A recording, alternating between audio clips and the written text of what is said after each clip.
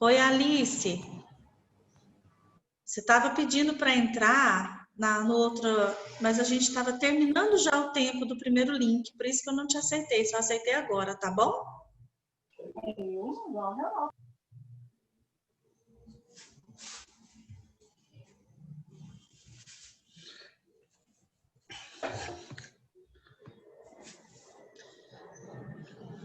Vocês lembram o número que estava antes de pessoas participando? Uns 20 e poucos. Tá quase lá. Débora, Josué. Eu vou compartilhar na tela e vou recebendo os últimos.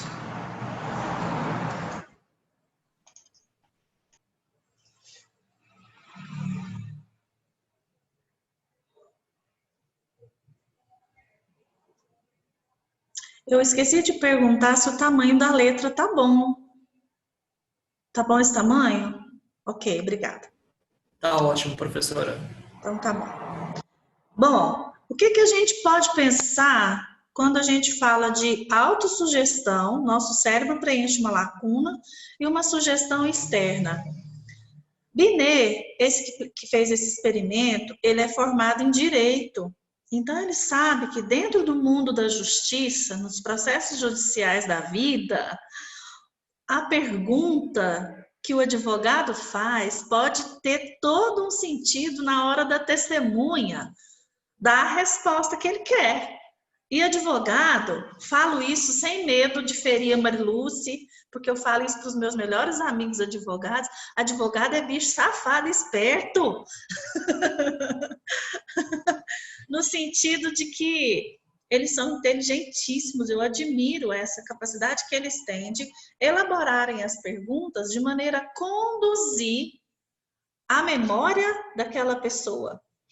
E quantas vezes uma pessoa dá um testemunho, depois ela é chamada de novo a fazer o depoimento, e o depoimento que ela faz na segunda vez é contraditório com o primeiro, aí pronto. Se há uma contradição, o advogado cai matando, porque ele quer saber, e agora?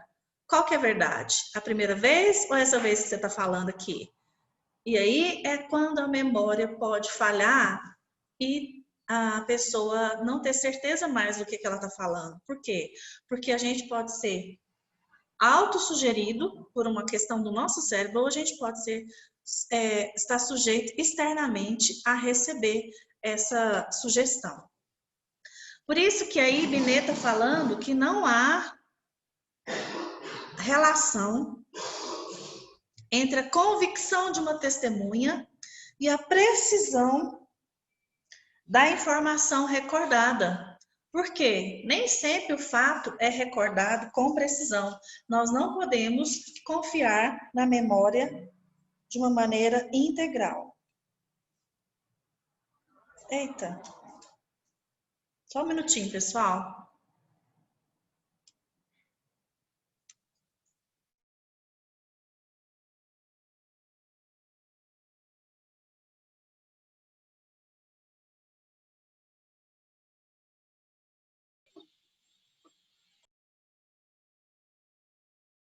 Daqui a pouco eu vou pôr mudo de novo para poder dar uma informação aqui para um dos meus filhos, mas por enquanto a gente pode continuar. Beleza. Bom, outros estudos foram realizados, tão interessantes quanto esse primeiro, que foram descobertas algumas coisas. Em 1910, Stern mostrou a possibilidade das crianças confundirem um acontecimento real com um acontecimento imaginado. É interessante a gente frisar que a nossa memória, quanto mais informações tem, melhor para a gente memorizar. Nós somos seres audiovisuais. Então, quando alguém dita uma lista para a gente, como foi o primeiro experimento, só ouvir a lista é a memória auditiva. Mas quando a gente vê uma cena ou a gente vê uma figura, a gente memoriza melhor. Quando tem dois elementos, o áudio e o visual em conjunto, certo? Então, esse experimento do Stern já fez isso. Ao invés de simplesmente falar uma lista de objetos, ele fez o quê? Ele apresentou uma situação, uma dramatização para algumas crianças. Como que foi essa dramatização? Um professor estava em sala de aula, dando aula, entrou uma pessoa, interrompeu a aula. Esse homem que entrou na sala conversou com o professor. Enquanto ele conversava com o professor, ele retirou um livro da mesa do professor e saiu. Pronto, foi um evento que os alunos nem sabiam que estavam sendo observados, seriam observados posteriormente. Uma semana depois, os alunos foram levados a recordar sobre esse acontecimento. Alguns conseguiam se lembrar e usaram um método narrativo. Aliás, os experimentadores permitiram que eles se lembrassem e narrassem livremente o que eles tinham se lembrado. O que aconteceu semana passada? Aquele homem entrou aqui, como é que foi? Aí a pessoa tinha liberdade para se lembrar. Será que eles se lembravam que o homem entrou, conversou, pôs a mão na cintura, coçou a cabeça, pegou o livro? Quantos se lembraram que ele tinha pego o livro? E o outro grupo de sujeitos, eles não fizeram uma narrativa livre. O que eles fizeram? Eles responderam a um conjunto de questões. Eles foram arguidos. Quando a gente pergunta, a gente dá uma informação necessária. O que aconteceu? Os resultados onde os participantes recordavam livremente, só narravam, eles erraram a informação em 25% dos casos. E aqueles que foram interrogados, que foram utilizados questões para eles responderem, eles erraram 50%, eles cometiam erros. Ou seja, quando eu faço uma pergunta, dependendo da maneira como eu faço essa pergunta, eu posso alterar a recordação do acontecimento. A experiência de Stern, de 1910, chegou a essa conclusão. É possível criar erros de memória dependendo da pergunta sugestiva que eu fizer. Interessante, né? Deixa eu fazer ficar mudo aqui só.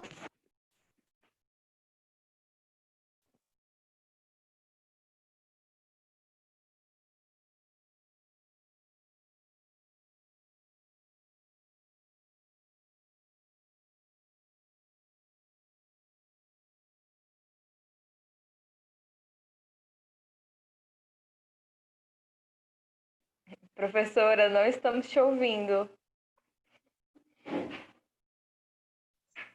E agora? Agora sim. Desculpa, eu pensei que eu tinha ligado o microfone. Tati, posso fazer uma pergunta? Pode. Eu estou percebendo que durante todos esses testes que estão nesse artigo, a maioria é feito com crianças, né? Sim.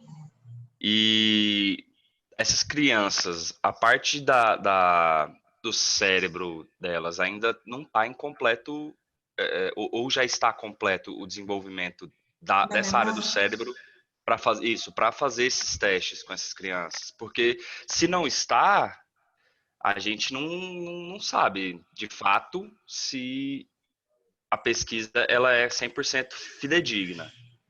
Não seria, Josué, se eu apresentasse vocabulários desconhecidos para a criança. Se eu apresentasse para elas palavras que elas nunca ouviram, ou de outro idioma, ou de objetos desconhecidos. Mas como foram palavras... É porque para a gente, dedal não é uma palavra muito conhecida, mas 1800 tarará, vovó usava dedal e agulha para costurar. Vocês sabem o que é dedal? É um negócio que põe no dedo para a pessoa não furar o dedo na... Exato. Então, assim, mas algumas tricotando. crianças... Theo, você sabe o que é dedal? O que é dedal? Você não sabe? Entendeu? Entendi agora. Vocabulário desconhecido iria afetar o experimento, mas como o vocabulário é conhecido, não afetou. Era conhecido pelas crianças da época. Entendi. Um quesito... Professora. Oi. Eu só queria pensar numa coisa. Isso é 1910? É. É muito interessante a gente ver Porque, por exemplo, falando nessa relação de como que a sugestão induz a criação de falsas memórias, né? Sim. Foi pensando nisso que o Freud abandonou o método da hipnose, por exemplo. Vai chegar lá. Você não leu o artigo, não? Não, Vai chegar lá. nem vi que tinha, na verdade. Mas não é? É sim, exatamente. Tem tudo a ver. A explicação da psicanálise para algumas coisas. Mas um quesito, o Josué tem razão de se preocupar. Porque as crianças são sujeitos mais vulneráveis à sugestão. É muito mais fácil você induzir uma criança a uma resposta do que um adulto. Inclusive, é interessantíssimo quando a gente tem uma criança de 3 anos e a gente sabe como fazer a criança escolher o que você quer escolher. A gente pode perguntar, a última palavra da frase é a resposta delas. Com crianças de 3 anos, 2, a gente pergunta se gosta mais de carninha ou de peixinho. Ela vai falar peixinho. Se daqui uma meia hora eu inverter e falar você gosta mais de peixinho ou de carninha, ela vai falar carninha. Porque elas são mais fáceis de serem induzidas. Elas respondem a última palavra da pergunta. Mas, Josué, prosseguindo aqui, na década de 30 em diante, os experimentos não são feitos apenas com crianças. Existem experimentos para falar sobre a falsa memória realizados com adultos também. E que comprova a teoria do mesmo jeito. Uhum. Fica um pouco Eu mais fiquei pensando complexo. eu fiquei pensando no caso de, até com palavras que a gente não conhece, com um adulto não seria fidedigna a pesquisa, Não, né? sim, Não tem vocabulário. Existem algumas variáveis que a gente tem que prestar atenção quando vai fazer um experimento, né? Uhum. Inclusive, esse experimento que a gente vai falar agora, do Bartlett, ele fez um experimento diferente. Ele não apresentou uma lista de objetos ou ele não fez uma encenação. Ele contou uma história, uma versão de um conto índio norte-americano, uma historinha chamada A Guerra dos Fantasmas. E ele contou essa narrativa com uma riqueza grande de detalhes. É uma história bem significativa e rica em detalhes. Só que o que é interessante é que ela contém uma cultura estranha aos participantes. Olha que dado interessante. Tem personagens pouco familiares, os nomes são dialetos indígenas, então são palavras completamente desconhecidas. Então, essa estrutura dessa narrativa ela é bem confusa e ela foi só lida e ouvida. E aí, depois, essas características apareceram no resultado porque algumas sílabas dos nomes que ele dizia eram sílabas sem sentido. É a mesma coisa, gente, de falar nomes. Quando eu estou falando para vocês do Binet, do Bartlett e do Robin Baus, se eu não falar esses nomes muitas vezes, eu vou esquecer esses nomes, porque não é José, João e Maria. São os nomes muito estranhos para a gente gravar.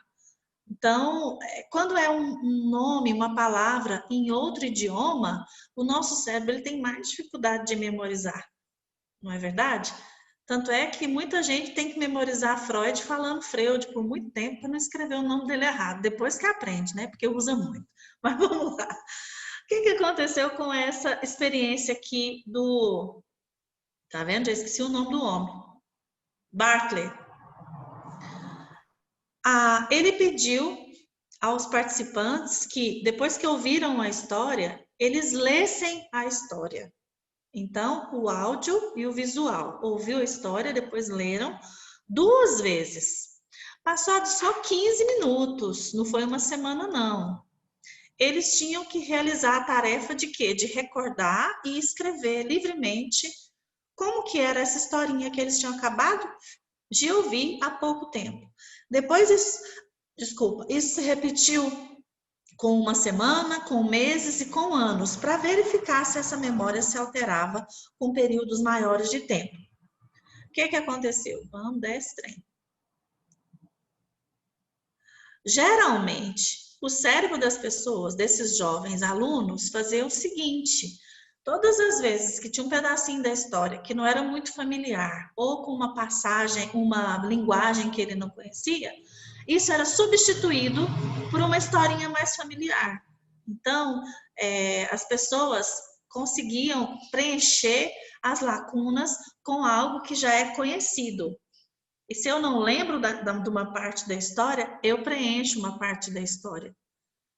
Eu queria falar disso mais na frente, mas eu não dou conta de segurar o exemplo. Espera aí, deixa eu ver se eu consigo dar outro exemplo aqui. Se aconteceu um episódio com uma criança, por exemplo, na infância, e depois ela tem que trazer a memória sobre uma viagem, sobre uma festa de aniversário. Não, a festa de aniversário tem muita gente. Uma viagem em família. Pode ser que o tempo todo quem brincou com essa criança nas ondas do mar, empurrando a pranchinha dele na água, foi um tio. Ou foi um amigo do pai que participou dessa viagem. Mas a figura masculina mais próxima da criança naquela idade é o pai. Então, pode ser que na memória dela, ela substitua. E ela se lembre dessa viagem e lembra que o pai dela brincou com ela, empurrando a pranchinha o tempo inteiro. Eu substituí uma pessoa que eu tenho mais afeto, uma pessoa que eu conheço mais, ao invés de lembrar de um desconhecido ou de uma pessoa pouco conhecida. Deu para entender como a gente utiliza algo que é mais familiar e eu retiro aquela parte da informação que minha memória desconhece e eu acrescento uma parte que eu reconheço. É muito comum a gente fazer isso nas nossas memórias, principalmente memórias de infância. Isso se chama preencher lacunas. Bartlett concluiu que a nossa memória, a nossa recordação, ela é um processo de reconstrução.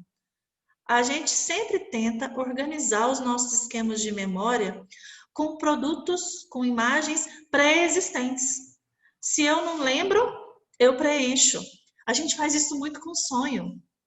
Quando a gente vai contar um sonho para alguém, porque sonho é muito sem sentido, é muito sem noção. Tem alguns sonhos que são muito loucos.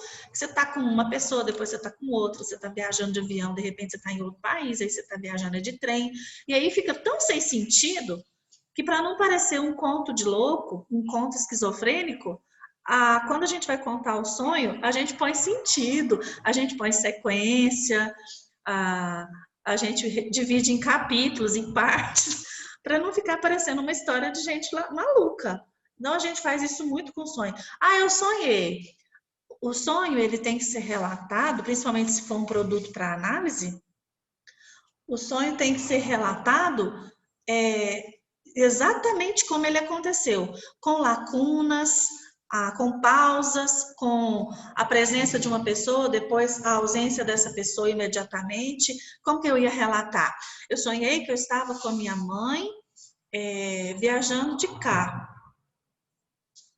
De repente sumiu, para a história. Eu estava sozinha e eu estava viajando, era de avião. Minha mãe sumiu da história. Eu tenho que contar exatamente assim, eu não posso dividir.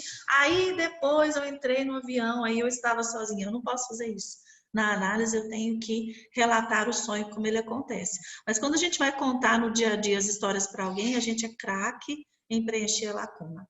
Ou seja, essas experiências serviram para distinguir o que é memória reprodutiva de memória reconstrutiva.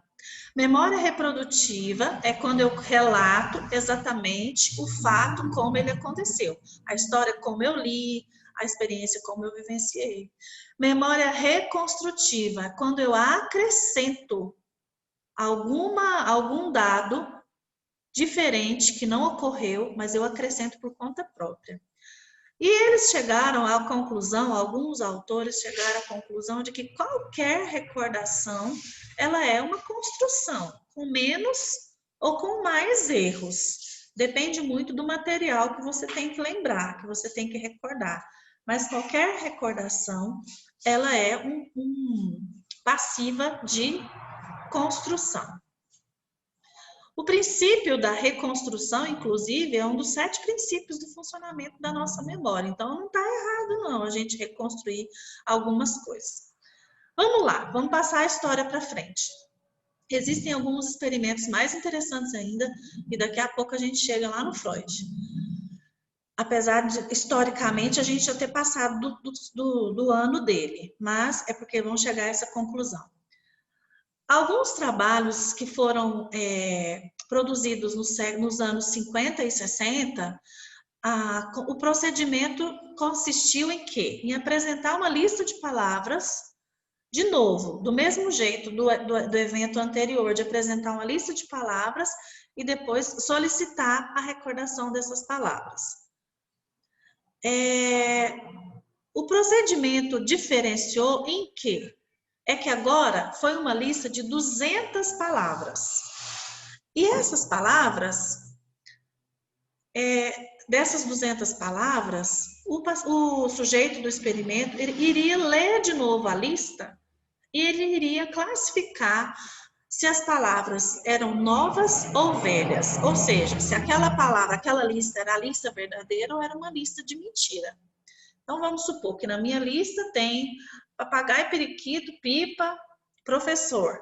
E aí eu pego e insiro carteira e aluno. Aí o sujeito do teste tem que falar, não, carteira é uma palavra nova, aluno é uma palavra nova. Não existia na lista, não.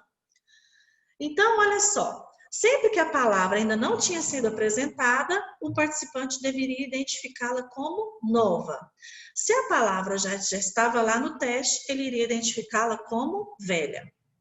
E aí o autor desse teste verificou que após a apresentação de um determinado número de palavras, os participantes reconheciam as palavras velhas e quando elas eram novas, se ela tinha uma relação com a palavra velha, ele aceitava ela como velha também. Ou seja, uma resposta associativa. É induzida, mas também é associativa. Aqui a palavra associação, lembra de associação livre. Ou seja, à medida que determinadas palavras iam sendo apresentadas, outras palavras iam sendo ativadas mentalmente. A nossa mente, não é que ela nos trai, ela nos ajuda. A intenção dela é nos ajudar. E às vezes ela ajuda de um jeito errado, pode dar errado a memória.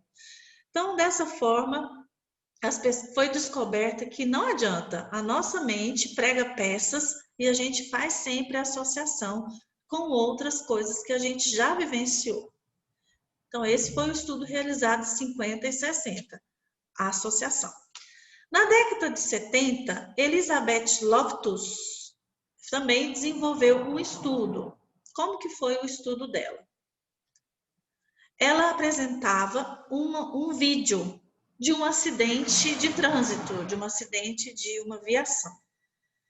Em seguida, ela colocava uma série de questões sobre o acidente para os participantes marcar se aquelas questões eram falsas ou verdadeiras. E depois pediam para eles recordar o máximo possível de coisa que eles pudessem e relatar o acidente que eles acabaram de ver. O resultado revelou que os participantes tendem a dar uma informação falsa de acordo com a pergunta que se faz. Lembra, Josué, do teste que fez com criança, que se induzia a criança através de uma pergunta? Aqui são adultos. E os adultos também são induzidos. Nós somos seres totalmente sugestionáveis. Então, o termo falsa memória, apesar de já existirem esses testes, esses experimentos há tantos anos, Elizabeth Loftus foi a primeira a patentear, vamos dizer assim, a registrar o termo falsa memória em 1992, pertinho. E ela usou também o tema memórias reprimidas, junto com o termo um é subordinado ao outro. Então, ela apresentou alguns estudos, tanto os dela quanto estudos anteriores, ela foi a pessoa que se apropriou do termo falsas memórias, apesar do teste dela ter sido muito parecido, o experimento dela ter sido muito parecido com os anteriores. E aí existe esse termo agora, síndrome das falsas memórias, é o termo utilizado para designar um caso em que na sequência de um processo terapêutico, um paciente, por exemplo, ele pode, é isso que eu queria falar e não podia naquela hora lá atrás. Quando um paciente vai relatar uma memória de um abuso sexual, ele recorda. E aí, gente? Até que ponto nós podemos crer que ele foi vítima de um abuso durante a infância, sendo que as nossas memórias podem nos enganar, sendo que as nossas memórias podem ser falsas? Paty, Oi. pode falar? Desculpa Pode? te interromper. Não, pode falar. Eu não vou lembrar agora onde que eu li, mas era um artigo falando sobre a teoria dos quadros relacionais da análise do comportamento.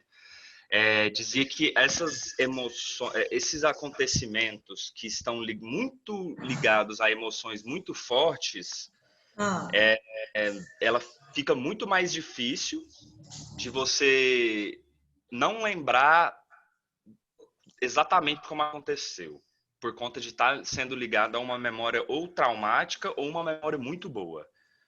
Nesse caso do abuso, você acredita que, baseado nessa teoria que você está passando para a gente, teria como um entrevistador, no caso, uma pessoa que fosse fazer um interrogatório, alguma coisa, induzir isso numa criança? Mesmo que a memória tenha sido fixada, ela tem a lembrança lá do pai, do padrasto, do avô, de alguém que lembra exatamente do rosto da pessoa, mas ainda assim, segundo essa teoria, é possível induzir isso numa criança? Completamente.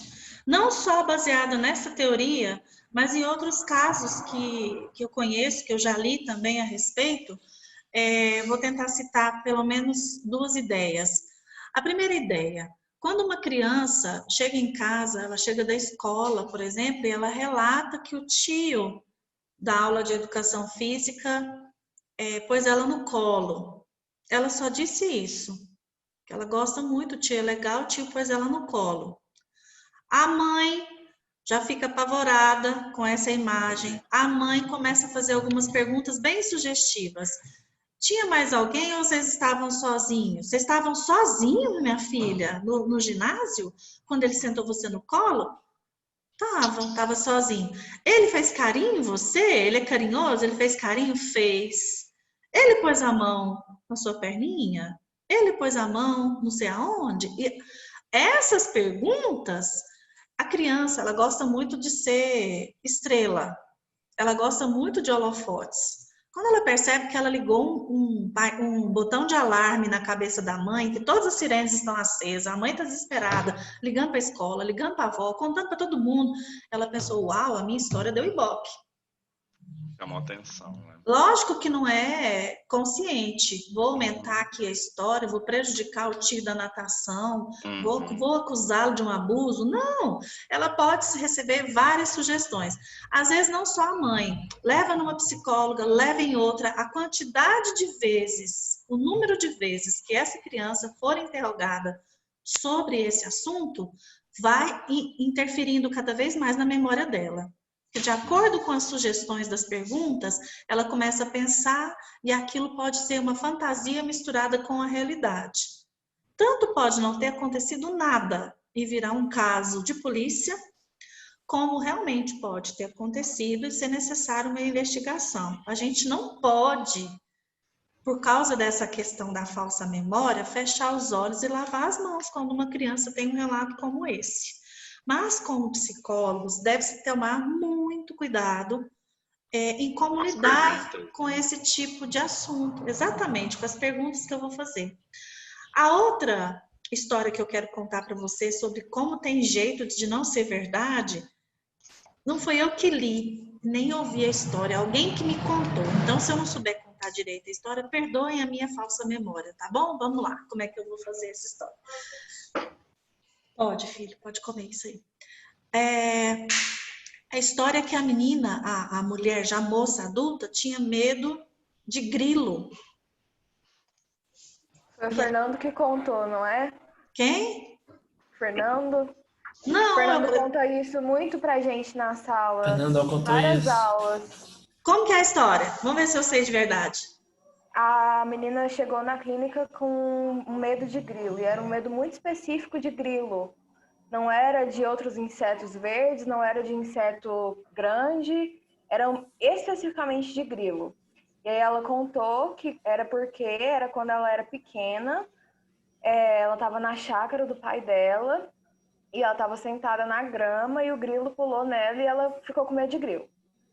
Só que aí percebeu que não, como assim? Quando é geralmente assim, a pessoa cria medo de outros insetos, de alguma coisa desse tipo. E aí foi fazer toda a investigação na clínica e tal.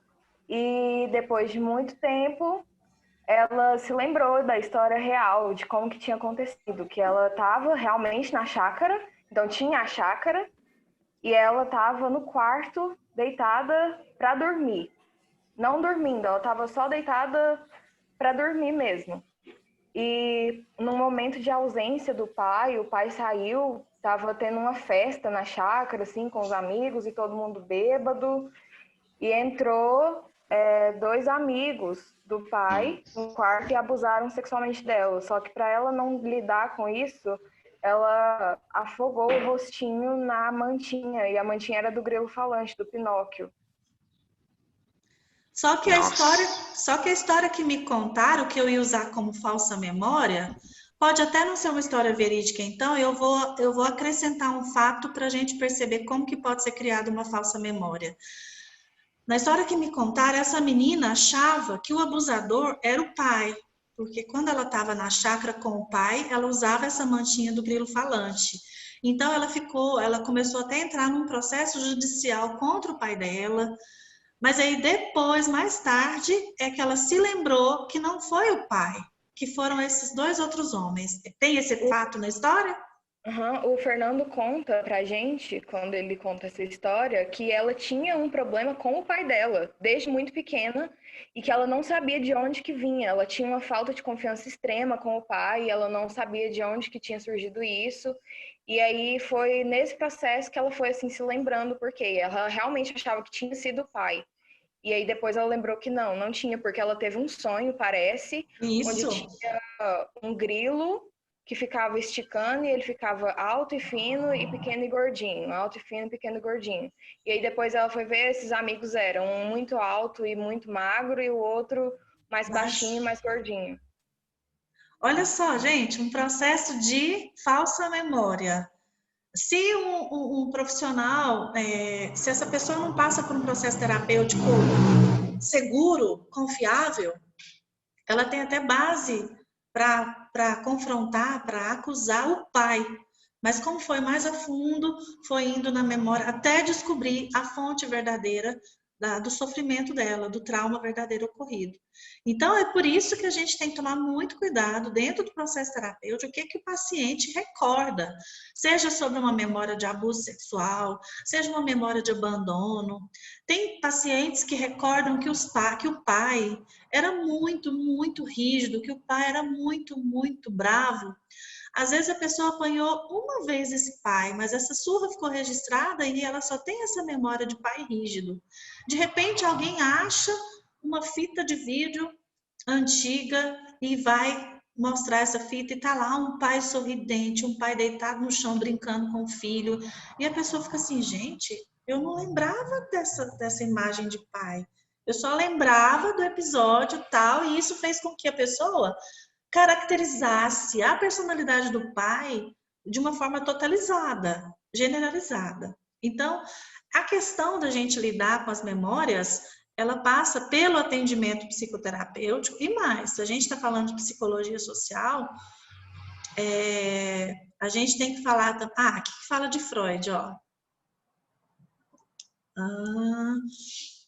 Esse fenômeno já havia sido descrito por Freud cerca de 100 anos antes, na sua teoria da sedução infantil, que Freud defendeu que a causa das psiconeuroses traumáticas, ou de sedução, ou de abuso sexual infantil, era baseada nas experiências que os pacientes relatavam. Mais tarde, o próprio Freud veio afirmar que muitos dos relatos dos pacientes eram falsos.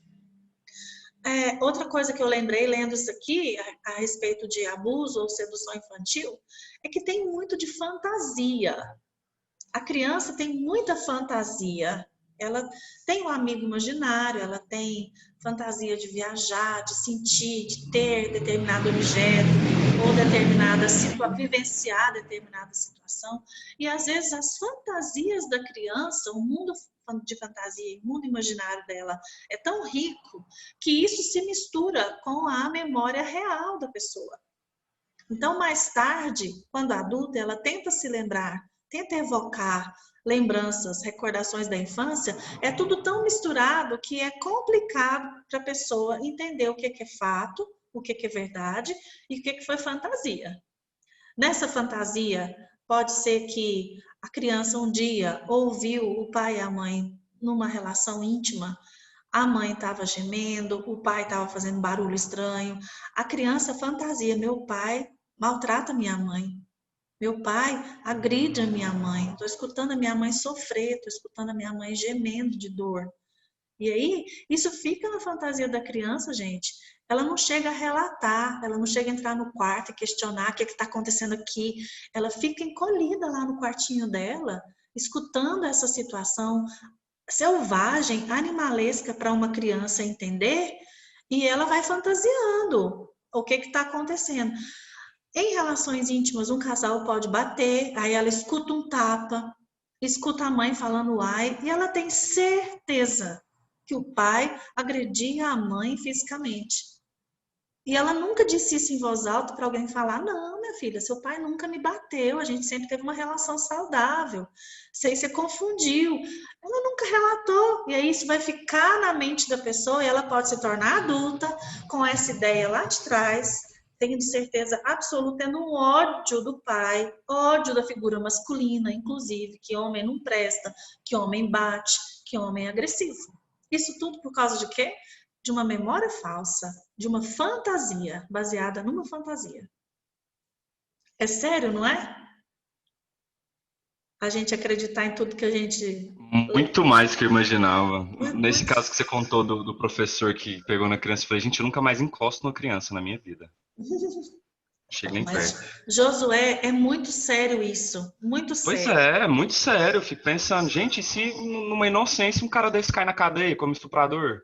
Sim, como pedófilo. Acabou, velho. É. Acabou. E ele vai ser judiado, porque ele é um pedófilo. Porque na Vai, cadeia eles não têm dó de... Ah, Oi. pelo amor de Deus. aconteceu um caso mais ou menos parecido aí, num lugar que eu conheço, de um professor, ele mexeu na cadeira da criança, porque ela não tava, tipo, a cadeira dela tava mexida de um lado, e ela tava conversando com a coleguinha dela por causa da posição da cadeira. Aí ele foi lá e mexeu na cadeira da criança.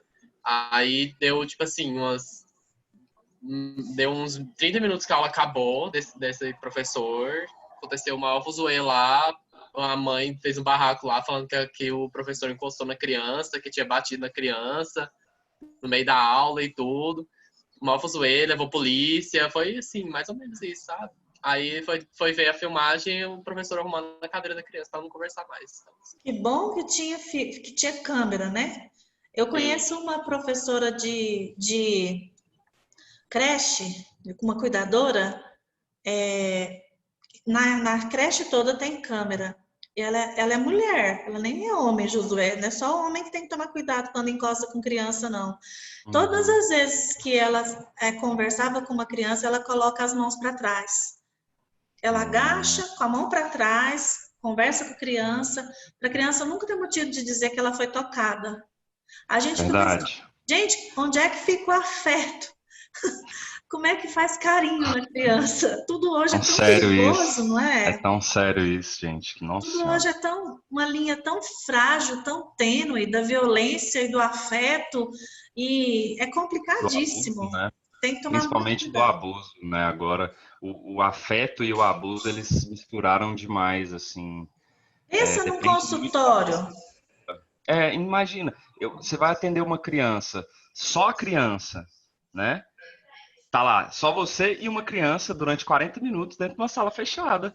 Se a criança sair de lá relatando que você tocou nela, quem vai provar que não? Até provar que focinho de porco não é tomada, você já tá lascado. Tá acabando, faltam 3 segundos para acabar, a gente volta de novo, tá bom? Para encerrar.